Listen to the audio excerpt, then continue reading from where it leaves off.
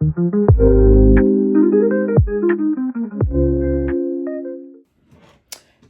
you guys, it's your girl Cherie back with another episode of the podcast Grieve, Grow, and Glow. Thank you guys for coming on and joining me again. I truly appreciate it. I love the overwhelming support. I love the comments. You guys are awesome, okay? It makes a girl feel good that we are getting this message out to help people that are dealing with grief. I give all the glory to God because I never thought that I would be doing a podcast on grief. So I know sometimes when you go through experiences, there's a reason, okay? There is a reason. So these podcasts are only 10 to 15 minutes. I'm sharing my experience. Eventually, I'll have other people on that will share their experience. I just want to help, even if it's just one person. That's all it takes. My mission is done, right? Any comments you have, any questions you have, guys, please drop it in the chat. I welcome the comments and I love the feedback that I'm getting, okay? So let's do a little bit of housekeeping. Please, if you're on and you like these videos, please like the video so that way this video can get out to the masses. We really want more people to lay eyes on these videos, right? Because how the algorithm works, when you like the video, it tells YouTube that, hey, we like what she's saying. Push it out so that way more people will be able to see it, because I know there's many people that are out there grieving, right? Grieving touch upon everybody's life. No one is exempt. The intensity may not be the same for everybody, right? But everybody deals with grief, unfortunately. And I know for me, I dealt with it for a very long time, didn't understand. So if I could share my experience and it helps someone to be like, I'm happy, right? I remember speaking with a friend this week, and she looked at my video, she watched my video, and she was like, there was a lot of things that I learned in this video. Thank you for that. And it just warmed my heart, right? Because if I didn't come on and share my experience, she would have never got that lingering question answered, right? So I'm here to do what God wants me to do, and He wants me to share my story for however long. That's what I'm going to do. I have other things that I'm going to be doing on this podcast, not just grief. I know grief is a huge topic right now, or it's very huge in general. So yes, I will be touching upon it, but there's going to be some other little things I'm going to sprinkle on the channel as well. Okay. So again, I just want to thank you.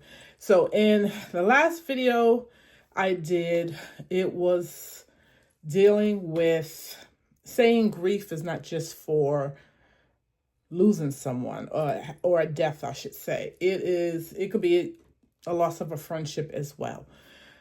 So there's 5 stages of grief, as I stated before: denial, anger, bargaining, depression, and acceptance. And in previous videos, I know I touched upon anger and I touched upon acceptance.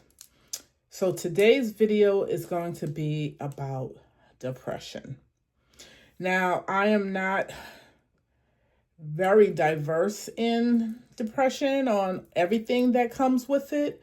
So I'm going to speak from my perspective and how I dealt with it, even though I didn't know I was in depression, right?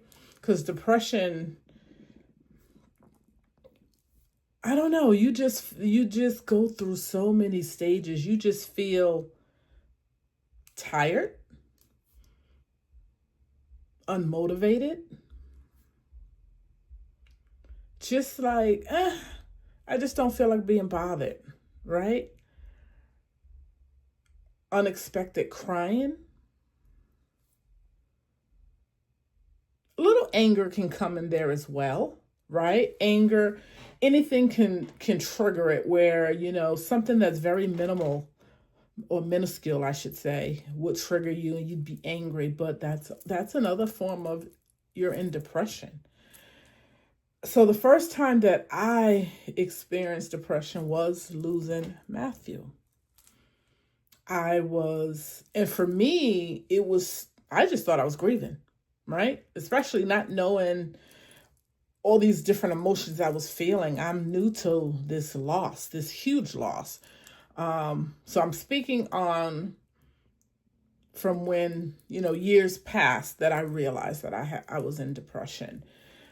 And I remember probably a week or two after losing Matthew, I was in a place where it was just a routine for me, right? Getting up, getting dressed, getting the kids ready for school, dropping them off, going to work, coming home, cooking, cleaning, and then bed. Like, it was just structured every day. I remember on the weekends, because I didn't have my kids, they would be with dad. I'd be in the bed. Like, leave me alone. I'm in the bed. People are calling. I'm looking like, don't bother me. Just feeling the emotions, crying, not wanting to get up, barely wanting to take a shower. And I'm just being completely transparent. Just didn't care. Right? And that's really what depression is, when you feel so low that you don't care about anything. Anything. And I went through depression, I would say, out of the 14 consistent years of grieving, I would say I was in depression the whole 14 years, but I'm talking about like the intensity, right? Because again, as I stated previously, sometimes I would do things so I wouldn't have to sit in my grief, right? If you keep busy, if you're going to work, if you're going out, if you're drinking, if you're partying, these are the things that helps you to avoid dealing with your emotions. But for me, I know I didn't want to be alone, but I was alone a lot. Again, I moved to this area with no family. 2 friends at the time. I was making friends, but not to the point where I always was hanging out, right? I had a lot of time by myself. And a lot of it was because of me.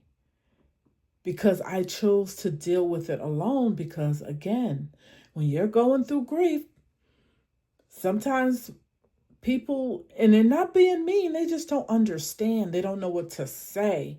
So you get that feeling, they don't want to hear it. So for me, I dealt with it alone. I pulled back. I let my emotions sit in me. And so when I'm not out partying or drinking or working, if I'm home, that's when my mind would be spinning. And I cried and cried and cried and cried. And I don't know if other people had experienced this, but for me, I used to look at all the pictures, play our wedding song over and over and over. And those are triggers, right? Those are triggers, but I kept doing it. I could have a good day and put on that song and boom, I'm back into depression. I'm in the place where it's just like, just having conversations with me and God, why me? What did I do? Should I have seen the signs? And what I mean by that, to this day, I don't know the cause of what happened to Matthew. We never got a report of if it was a heart attack or anything like that, right?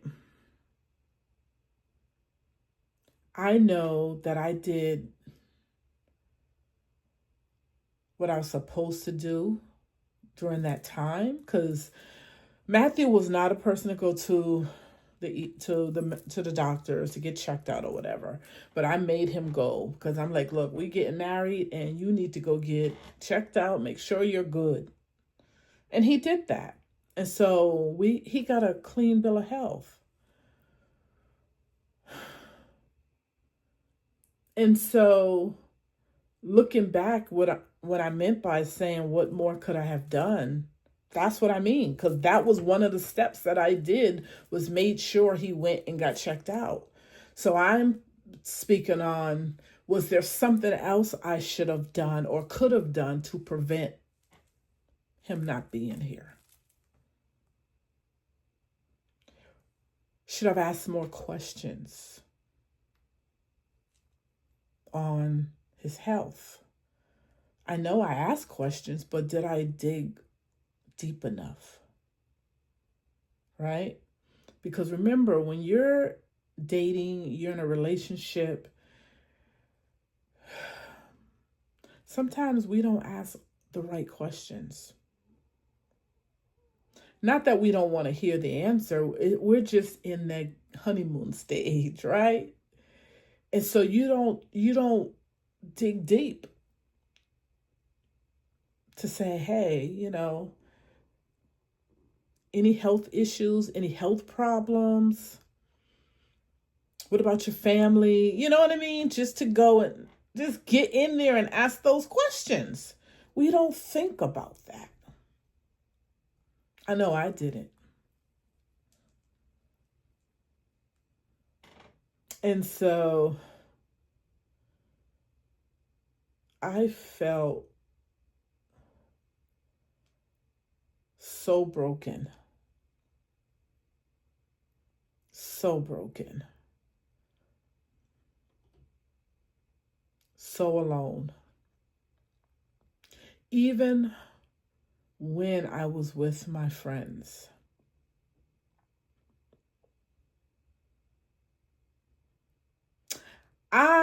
I should have been an actor because I know how to act.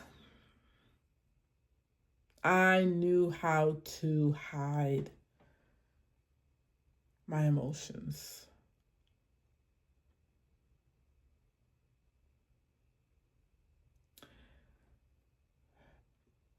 That's not something that I would advise anyone to do that is experiencing depression, that feel like they're in a dark place. That ain't nothing but the devil. Lean on God. Pray. Pray. Because believe it or not, out of all the stages of grief, depression is the heaviest. It could weigh on you so bad. It could take you to a place you don't want to go. And I know seeing, different actors on TV, the one that comes to mind, I see his face. Robin. Can't think of his last name. And he dealt with depression. But when we seen him on the TV screen, oh my God, he looks so happy. He exudes happiness, right? Because any role that he played, Oh my God. Can't remember the names of them. I'm going to go look them up. But I see his face. I just can't think of his name, his last name. I know his first name is Robin. I loved him. And when he passed away, I was in total shock. Because guess what? He had a mask on. No one knew he was dealing with depression. And you don't know who's dealing with it to this day. It could be your girl that's right next to you. Right? So you have to, when you interact with people, be kind. Because you don't know what that person is going through. You don't know if there's one thing that you could say to that person that will send them over the edge. Because as I stated, I had a mask on. So you would have never known I was in depression. So be nice to people, because you don't know if that person you're with, that's the life of the party,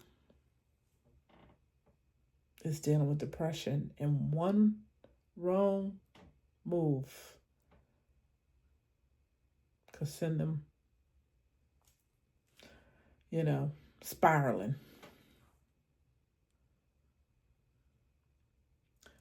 My advice to anyone dealing with depression,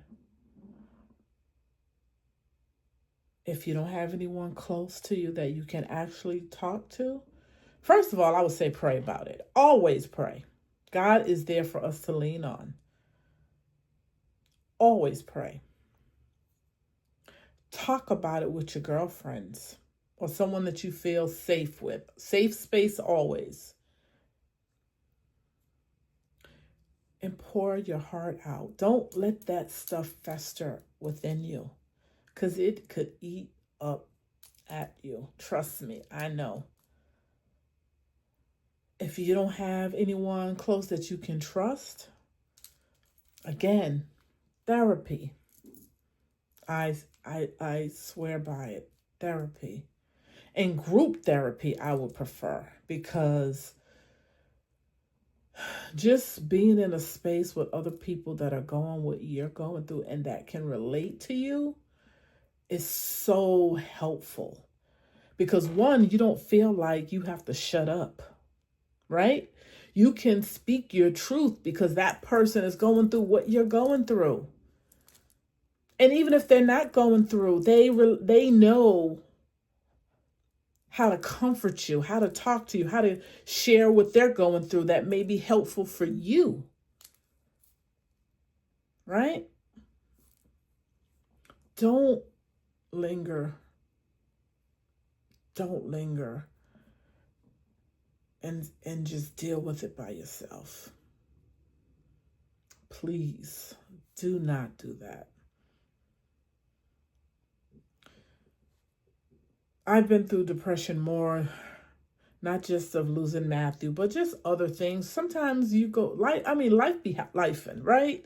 You go through, different jobs you're going through, bills, relationships. Depression can come on at any stage. You can go into a depression. And I know I've been through it. But now I know how to handle it. I haven't been in depression in a while, which is a great thing because I lean on God and I talk to God a lot. When you single and have very few friends, you spend a lot of alone time. And I speak to God daily. And I'm constantly in the Word. Right?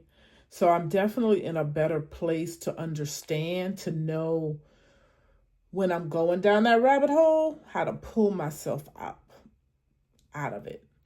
And I'm honestly, sometimes I don't want to pull myself out of it. I want to be in the phone. I'm just going to be completely honest. And that's okay, but don't stay there. You have to allow yourself to feel. You have to allow yourself to cry and you have to get it out. But the key is not to stay there. Okay? So I hope you guys enjoyed this segment. Let me tell you, this is therapy for me. Just coming on every week and just sharing my experiences with you guys. I look forward to it. I'm not a therapist. I don't know everything, but to share what I went through, and if it helps you, that's all that matters to me. Okay? So I want you guys to have a wonderful rest of your day. Again, please like and share the video. Please comment. Let me hear your thoughts. Let me hear your suggestions. Let me hear different topics that you want me to talk about, right? If anyone wants to come on and do a video and do an interview with, not really an interview, come on with me and share your story. That's it, right? And it will be very comfortable, you know. It'll be two girls just chatting it up. And we will only air what you are comfortable, because this is a safe space, okay? Remember, safe space to be transparent, to be vulnerable. So, thank you. I look forward to talking to you guys. Again, this is your girl, Cherie. All right, deuces.